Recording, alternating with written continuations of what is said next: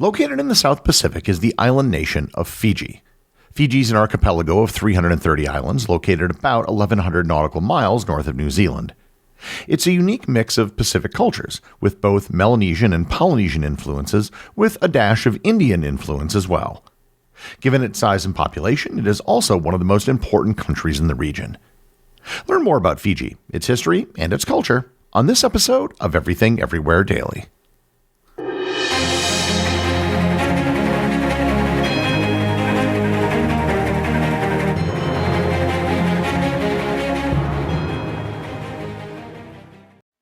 This episode is sponsored by Quince.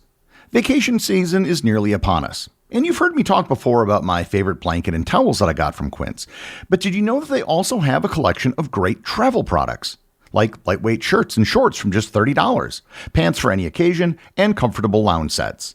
They also have premium luggage options and durable duffel bags to carry everything in. The best part? All Quince items are priced 50 to 80% less than similar brands. By partnering directly with top factories, Quince cuts out the cost of the middleman and passes the savings on to us.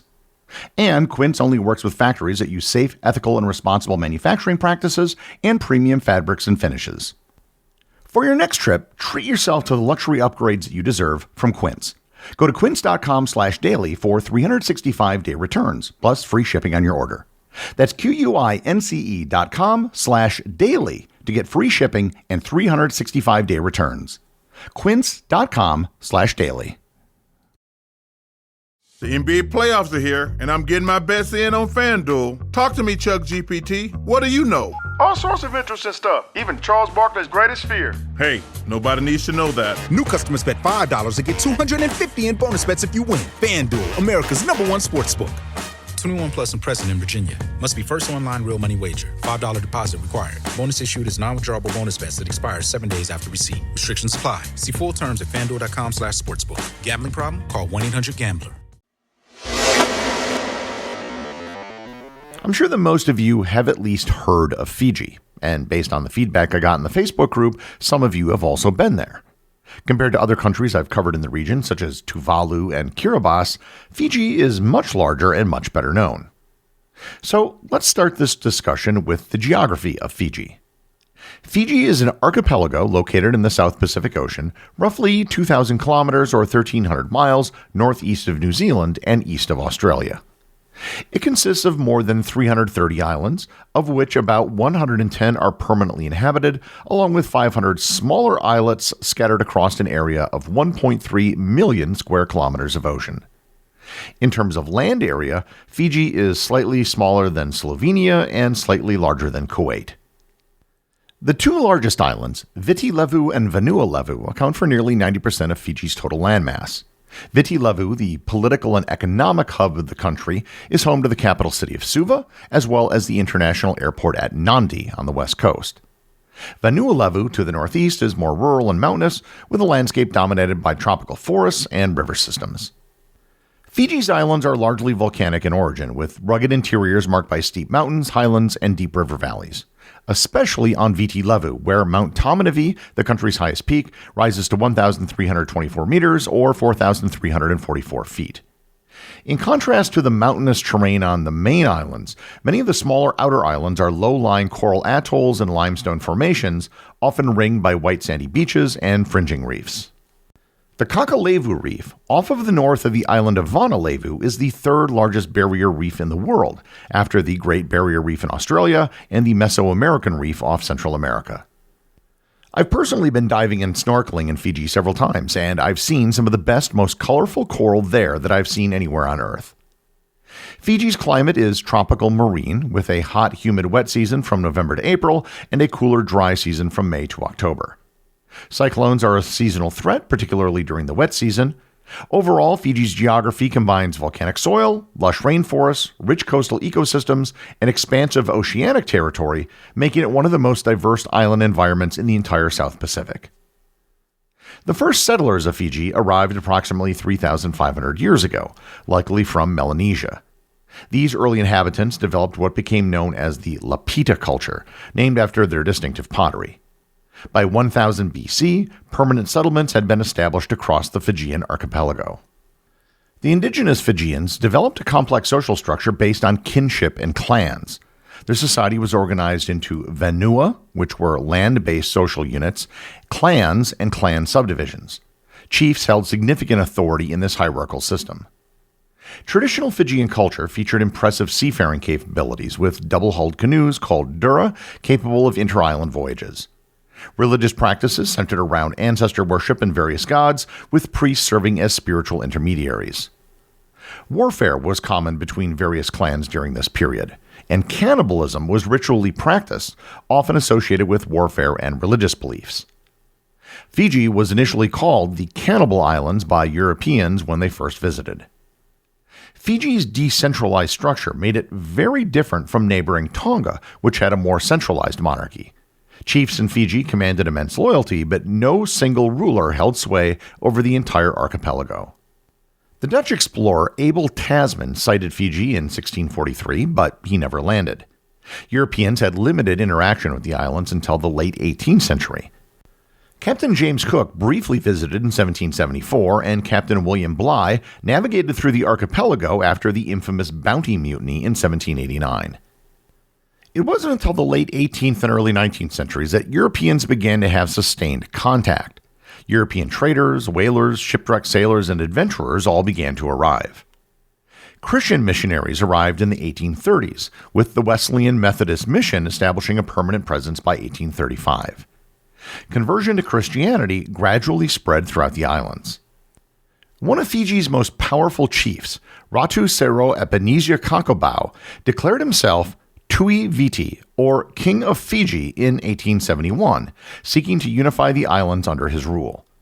With the support of European settlers and the backing of Australian cotton planters, especially after the American Civil War disrupted U.S. cotton exports, Kakobau attempted to create a constitutional monarchy.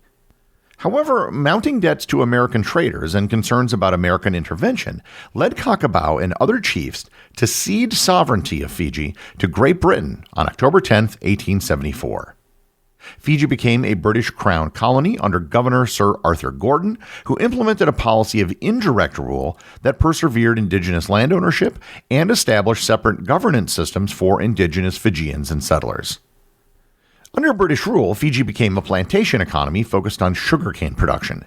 To supply labor for these plantations, the British brought over indentured laborers from India beginning in 1879.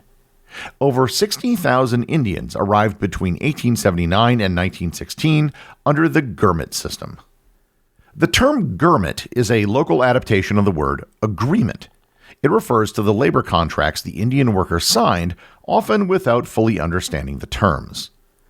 These agreements typically bound the laborers, known as Gurmitias, to work for 5 years under strict conditions with the promise of return passage or land grants upon completion.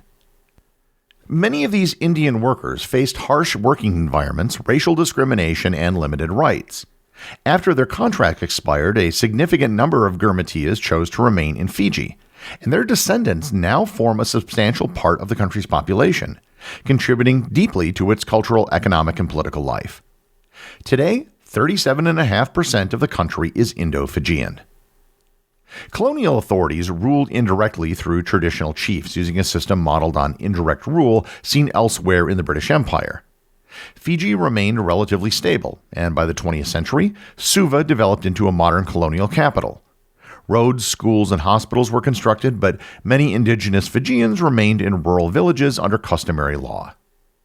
As Indian Fijians grew in number and began to demand more rights, tensions emerged between the two ethnic communities, exacerbated by competing interests in land, which was still largely communally owned by native Fijians, and political power. During World War II, Fiji, which was still a British colony, played a strategically important role in the Pacific theater despite its small size and remote location. Although it was not invaded or occupied by the Japanese, the war had significant effects on the islands, both militarily and socially. When war broke out in the Pacific following Japan's attack on Pearl Harbor, Fiji's importance as a potential staging ground and supply route increased dramatically due to its location between North America and Australia. Indigenous Fijian soldiers were recruited into the Fijian Infantry Regiment, which saw active combat in the Solomon Islands campaign, including in places like Bougainville. To defend Fiji against the threat of Japanese invasion, Allied military forces, particularly from New Zealand and the United States, established military bases, airfields, and fortifications across the islands. The United States Navy and Army built significant infrastructure in areas like Nandi, Suva, and Namaka, which helped improve roads, communications, and other facilities. The presence of foreign troops also had a lasting social and economic impact. The war brought modernization to many parts of Fiji through the introduction of new technologies, vehicles, and building methods. It also exposed Fijians to new ideas and political awareness, helping lay the groundwork for future nationalist movements. After the war, many soldiers returned, both Fijian and Indo-Fijian, and began to question the colonial status quo, contributing to the growing push for political reforms and independence in the post-war years. So, while Fiji was spared the destruction suffered by other Pacific islands, World War II marked a turning point in its social development and global connections. By the mid-20th century, Fiji's population was almost evenly split between indigenous Fijians and Indo-Fijians. Political reforms began after World War II, and Indo-Fijian leaders like A.D. Patel called for greater representation and a common electoral role, while Fijian chiefs sought to retain traditional privileges and communal representation. Negotiations between the British authorities, Fijian chiefs, and Indian leaders led to a compromise. On October 10, 1970, Fiji gained independence as a parliamentary democracy within the Commonwealth. Ratu Sir Kamasesi Mara became Fiji's first prime minister. Fiji's post-independence history has been marked by political instability stemming from ethnic tensions. In May of 1987, Lieutenant Colonel Sitiveni Rabuka led Fiji's first military coup, overthrowing the newly elected coalition government led by Dr. Timichi Bavadra, which had substantial Indo-Fijian support. A second coup followed in September of 1987. A new constitution in 1990 ensured indigenous Fijian political dominance, but faced international criticism for its discriminatory nature. After significant pressure, a more balanced constitution was implemented in 1997. In May of 2000, businessman George Speight led another coup, holding Prime Minister Mahendra Chowdhury and his government hostage for 56 days. The military, led by Commodore Frank Bainimarama, eventually restored order and installed an interim government. Bainimarama himself seized power in December 2006, citing corruption concerns. He abrogated the constitution in 2009 and ruled by decree until 2014, when Fiji held its first democratic election since the coup. Bainimarama's first Fiji party won a parliamentary majority, and he became the democratically elected prime minister. In December 2022, following another election, Sitiveni Rabuka returned to power as prime minister, ending Bainimarama's 16-year rule. But I should note that despite the several coups that Fiji has faced, it has never suffered any widespread violence or civil wars that have affected other countries with similar problems. There are a few other things about Fiji that you should know. Most of you probably think of the brand of water when you hear the word Fiji.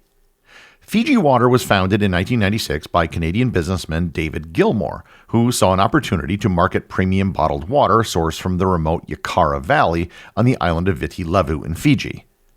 The water comes from an artesian aquifer located beneath a rainforest, which the company claims is protected from pollution and human contact until it's bottled at the source. It's promoted as exceptionally pure and mineral-rich.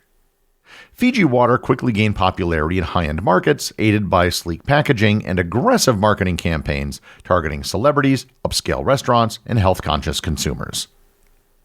Another thing that Fiji is well known for is rugby. Their rugby union national team has done quite well in international competitions. They've made it as far as the quarterfinals of the Rugby World Cup, and as of the time of this recording, they're ranked in the top 10 in the world. However, where they've really shown is in rugby sevens. They have won the Hong Kong Sevens tournament a record 19 times, they've won 3 gold medals at the Rugby Sevens World Cup, and in the 3 Olympics where Rugby 7 competitions have been held, Fiji has made the finals every time and has walked away with 2 gold medals and a silver. The final thing I should address is tourism. Tourism is the biggest industry in Fiji for obvious reasons. I've been to Fiji several times, and I often suggest it when people ask me places to visit. If you're from Australia or New Zealand, you're probably more familiar with Fiji because it is proverbially in your backyard. Those countries are its biggest sources of visitors. However, I often recommend it to people I meet in North America who might otherwise never think of visiting. Yes, the flight is a bit longer, but there are direct flights from Los Angeles, and you arrive in the morning at the international airport in Nandi. I recommend it to Americans because most Kiwis and Aussies visit during their winter, which is the North American summer. Thus, the low season for tourism in Fiji is the North American winter. There are a host of options available from the ultra high end to budget accommodations. My favorite place to stay is the Yasawa Islands, which are a chain of islands to the west of the main island of Viti Levu. There are a couple dozen resorts in these little islands, many of which are very low cost and are run by local villages. The people there are wonderful and the food is great. If you want to know what it's like, just check out the movie The Blue Lagoon, which was shot in the Yasawa Islands. As I said, these are not necessarily luxury accommodations, but who cares when you're sleeping 20 feet from the water in the middle of paradise? Also, because of its size, Fiji is sort of the hub for the region, with flights to most of the other countries and islands in the South Pacific. Fiji's a great place, and if possible, I always try to stay for a few days when I'm flying to or from Australia just to break up the flight. Fiji is unique among specific countries. It's technically part of Melanesia, but it's had a lot of cultural influence from Polynesian islands. Its unique history, its stunning geography, and its friendly people make it one of my personal favorite places in the world. The executive producer of Everything Everywhere Daily is Charles Daniel. The associate producers are Austin Oakton and Cameron Kiefer. I want to thank everyone who supports the show over on Patreon. Your support helps make this podcast possible. I'd also like to thank all the members of the Everything Everywhere community who are active on the Facebook group and the Discord server. If you'd like to join in the discussion, there are links to both in the show notes. And as always, if you leave a review or send me a boostagram, you too can have it read on the show.